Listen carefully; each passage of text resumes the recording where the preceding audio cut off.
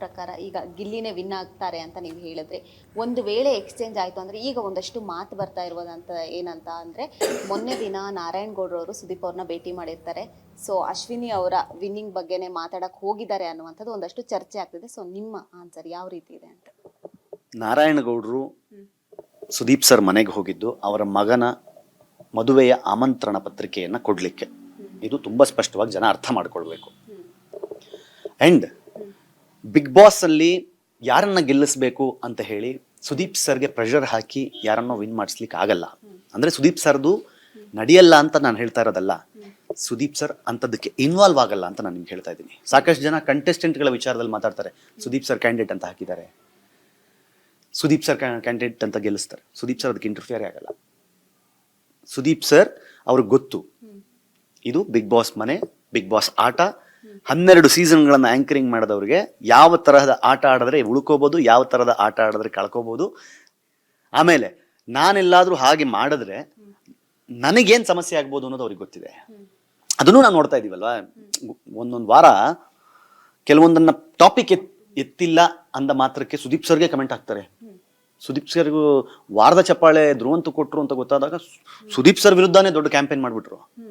ಅದು ಸರಿಯಲ್ಲ ನಾನು ಹೇಳ್ತಾ ಇರೋದು. ಬಿಕಾಸ್ ಬಿಗ್ ಬಾಸ್ಗೆ ಎಂಡ್ ಬಾಲ್ ಮತ್ತು ಕಲರ್ಸ್ ಕನ್ನಡದ 2 ಟೀಮ್ ವರ್ಕ್ ಮಾಡುತ್ತೆ. ಆ 2 ಟೀಮ್ಗಳ ಹೆಡ್ಗಳಂತ ಯಾರಿರ್ತಾರೆ, ಇಲ್ಲಿ ಪ್ರಕಾಶ್ ಸರ್ ಇರ್ಬೋದು, ಪ್ರಶಾಂತ್ ಅವ್ರು ಇರ್ಬೋದು, ಅಲ್ಲಿ ಸುಷ್ಮಾ ಅವ್ರು ಇರ್ಬೋದು, ಅವರುಗಳು ಆಟನ ಪ್ರತಿ ಕ್ಷಣ ನೋಡ್ತಾ ಇರ್ತಾರೆ. ಲೈನ್ ಪ್ರೊಡ್ಯೂಸರ್ಗಳು ಲೈನ್ ತಂದು ಹಾಕಿದ ಮೇಲೆ ಅದು ಎಡಿಟ್ ಆಗಿ ಹೊರಗೆ ಬರುವ ತನಕ ಪ್ರತಿಯೊಂದನ್ನು ಗಮನಿಸ್ತಾ ಇದ್ದವರು ಅವರು ಗಮನಿಸಿ ಏನಾಗಿದೆ, ಹೇಗಾಗಿದೆ, ಅದನ್ನ ಅರ್ಥ ಮಾಡಿಸಿ ಸುದೀಪ್ ಸರ್ಗೆ ಹೇಳೋದ್ರ ಜೊತೆಗೆ ಎಪಿಸೋಡ್ಗಳನ್ನು ತೋರಿಸೋದ್ರ ಜೊತೆಗೆ ಸುದೀಪ್ ಸರ್ ಒಪಿನಿಯನ್ ತಗೋಬಹುದು ಅಷ್ಟೇ ಬಿಟ್ರೆ ಸುದೀಪ್ ಸರ್ ಡಿಸಿಷನ್ ಮಾಡಲ್ಲ.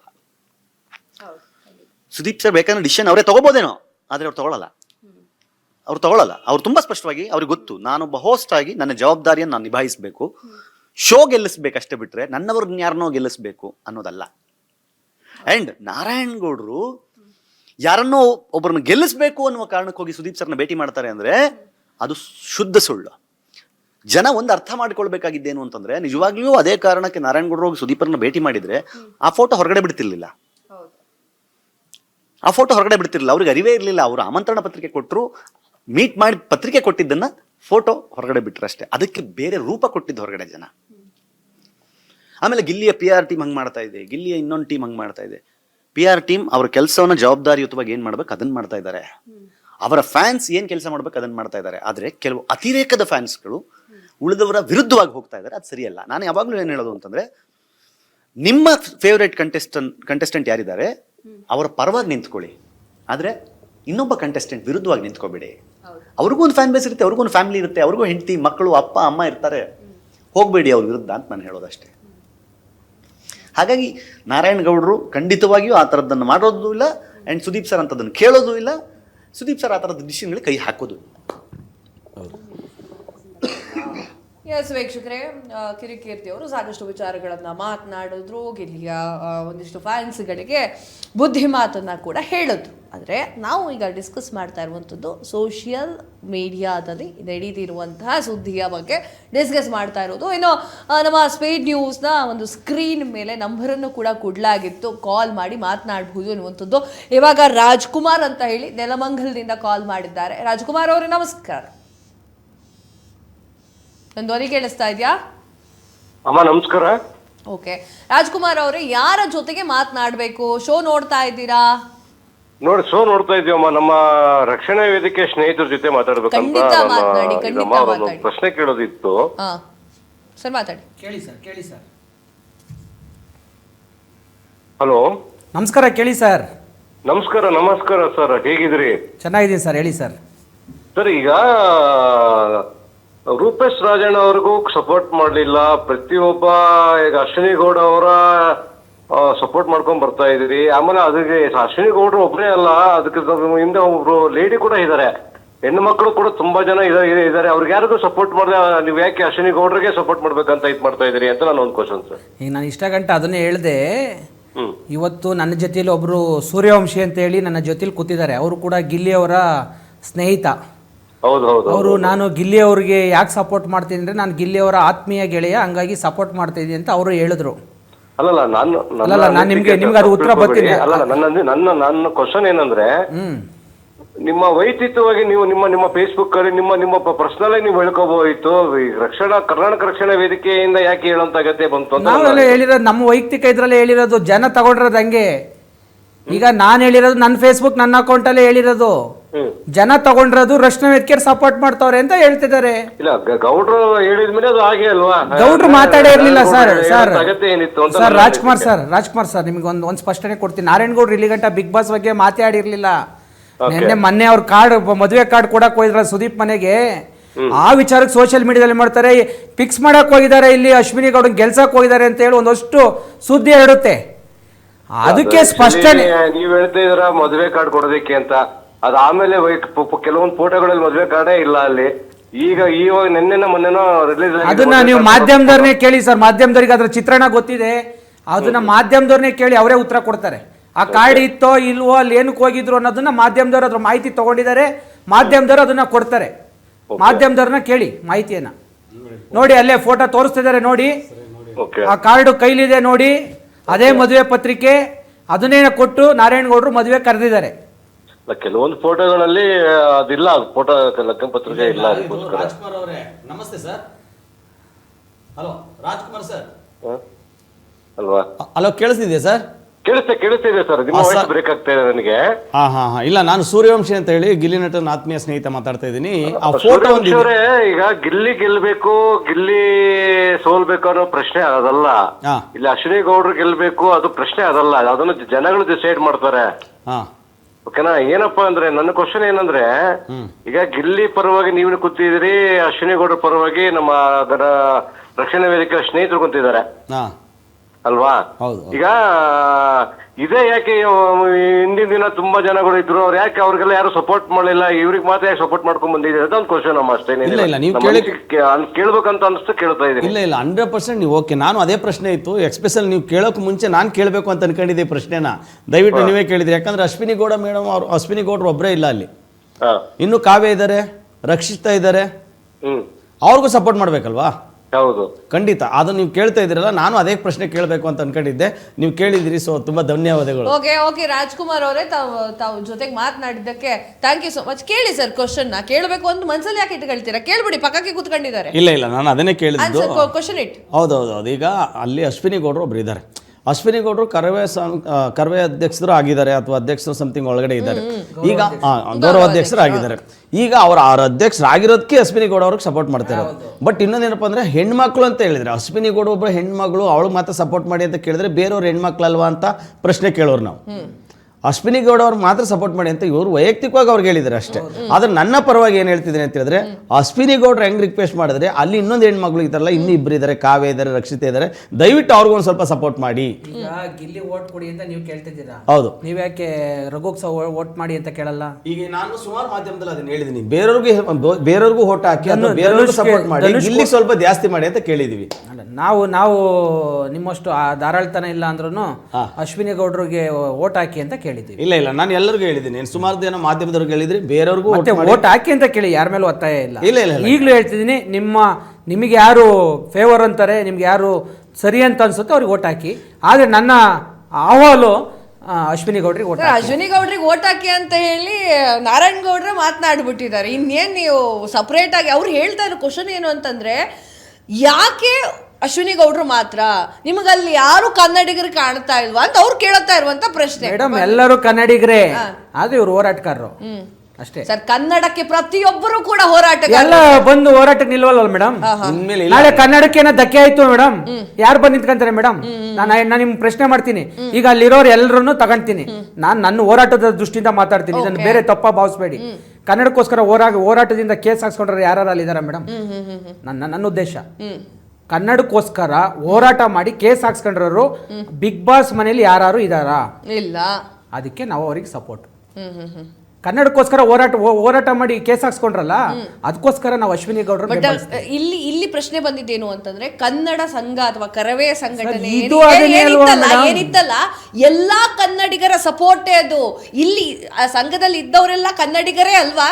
ಬಾವುಟ ನೋಡಿ, ಬಾವುಟ ಹಿಡಿದವನ್ನೆಲ್ಲ ಮಾಡ್ತೀರಾ ಸರ್? ನಾನು ಅಲ್ಲ ಸರ್, ಇದೊಂದು ಹೇಳ್ಬಿಡಿ, ಕನ್ನಡಕ್ಕೆ ಹೋರಾಟ ಮಾಡುವಂತವ್ರು ನಿಮ್ಮ ಸಂಘದಲ್ಲಿರುವಂತವ್ರು, ನಮ್ಮ ಹೆಮ್ಮೆಯ ಸಂಘದಲ್ಲಿರುವಂತವ್ರು ಎಲ್ಲರೂ ಕನ್ನಡಿಗರೇ ತಾನೆ, ಪರಭಾಷಿಗರು ಯಾರು ಇಲ್ವಲ್ಲ? ಈಗ ನಿಮ್ಗೊಂದು ಮಾತು ಹೇಳ್ತೀನಿ. ಹಿಂದೆ ಒಂದ್ಸಲ ಇನ್ಫೋಸಿಸ್ ನಾರಾಯಣ ಮೂರ್ತಿ ಅವರು ಯಾರಿಗೆ ಏನು ಜ್ಞಾನ ಇರುತ್ತೆ, ಯಾರು ಪ್ರಬುದ್ಧರಿರ್ತಾರೆ ಅವರಿಗೆ ನಾನು ಕೆಲಸ ಕೊಡ್ತೀನಿ, ಕನ್ನಡಿಗರಿಗೆ ಕೊಡಲ್ಲ ಅಂತೇಳಿ ಹೇಳಿದ್ರು.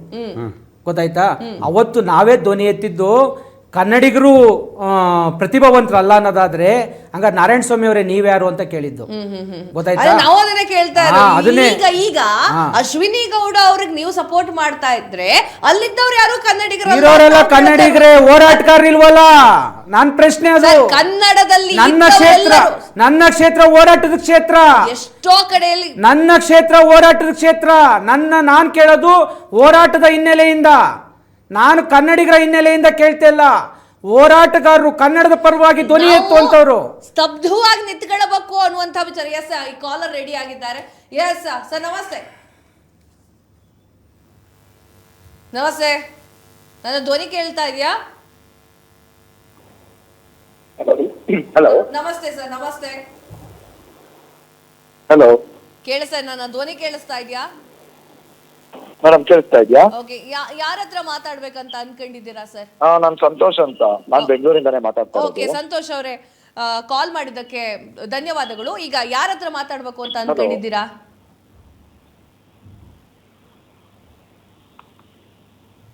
ಹಲೋ ಸಂತೋಷ್ ಅವರೇ, ನೀವು ಈಗ ಮೇಡಮ್ ಕೇಳಿಸ್ತಾ ಇದೆ, ಹೇಳಿ. ಸ್ಪೀಡ್ ನ್ಯೂಸ್ ನಲ್ಲಿರುವಂತಹ ಒಂದು ಕಾರ್ಯಕ್ರಮಕ್ಕೆ ಕಾಲ್ ಮಾಡಿದ್ದೀರಾ. ಈಗ ಗಿಲ್ಲಿ ವರ್ಸಸ್ ಅಶ್ವಿನಿ ಗೌಡ, ಗಿಲ್ಲಿಯ ಪರವಾಗಿ ಸೂರ್ಯವಂಶಿ ಅವ್ರ ಫ್ರೆಂಡ್ ಬಂದಿದ್ದಾರೆ, ಅಶ್ವಿನಿ ಗೌಡ ಅವರಿಗೆ ಸಪೋರ್ಟ್ ಮಾಡಿರುವಂತಹ ಕರವೇ ಜಿಲ್ಲಾಧ್ಯಕ್ಷರಾಗಿರುವಂತಹ ಧರ್ಮಣ್ಣ ಅವ್ರು ಬಂದಿದ್ದಾರೆ. ನೀವ್ ಯಾರ ಹತ್ರ ಮಾತಾಡ್ಬೇಕು? ನಾವು ಇಲ್ಲಿ ಪರವಾಗಿ ಕೂತಿರೋರ ಹತ್ರ ಮಾತಾಡಕ್ಕೆ ಇಷ್ಟಪಡ್ತೀವಿ. ಮಾತಾಡಿ ಸರ್, ಲೈನ್ ಅಲ್ಲಿ ಇರ್ತಾರೆ, ಮಾತಾಡಿ. ಸರ್ ನಮಸ್ತೆ. ಹಲೋ, ಯಾರು ಗಿಲ್ಲಿ ಪರವಾಗಿ ನಿಂತ್ಕೊಂಡಿದ್ದವ್ರ ಹತ್ರ ಮಾತಾಡ್ಬೇಕಾ? ಹೌದು. ಹಾ, ಹೇಳಿ ಸರ್. ನಮಸ್ತೆ. ಹೆಸರು ಹೇಳಿ ಸರ್. ನಮಸ್ತೆ. ಈಗ ನಮ್ಮ ಪ್ರಶ್ನೆ ಏನಂದ್ರೆ, ಒಂದಷ್ಟು ಗಿಲ್ಲಿ ನಟ ಅವರ ಅಭಿಮಾನಿಗಳು ಕೊಡ್ತಾ ಇರೋ ಸ್ಟೇಟ್ಮೆಂಟ್ ಗಳು ನೋಡಿದ್ರೆ ಕಲ್ಲು ಹೊಡಿತೀವಿ, ಗಿಲ್ಲಿ ಅವ್ರನ್ನ ಗೆಲ್ಸಿಲ್ಲ ಅಂದ್ರೆ ಕಲ್ಲು ಹೊಡಿತೀವಿ ಅನ್ನೋಂತ ಸ್ಟೇಟ್ಮೆಂಟ್ ಗಳನ್ನ ಪಾಸ್ ಮಾಡ್ತಾ ಇದ್ದಾರೆ. ಓಕೆ, ಇದು ಹೇಗ್ ಅನಿಸ್ತಾ ಇದೆ ಅಂದ್ರೆ, ಎಲ್ಲೋ ಗಿಲ್ಲಿ ಅವರ ಅಭಿಮಾನಿಗಳಿಗೆ ಗಿಲ್ಲಿ ಸೋಲ್ತಾರೆ ಅನ್ನೋ ಆತಂಕ ಶುರುವಾಗಿ ಬಿಗ್ ಬಾಸ್ ನ ಕನಿಷ್ಠ ಪಕ್ಷ ಎದುರಿಸಿ ಆದ್ರೂ ನಾವು ಗಿಲ್ಲಿನ ಗೆಲ್ಲಿಸ್ಕೋಬೇಕು ಅನ್ನೋ ಸ್ವಾರ್ಥ ಒಂದ್ ಕಡೆ ಕಾಣಿಸ್ತಾ ಇದೆ. ಒಂದನೇದು.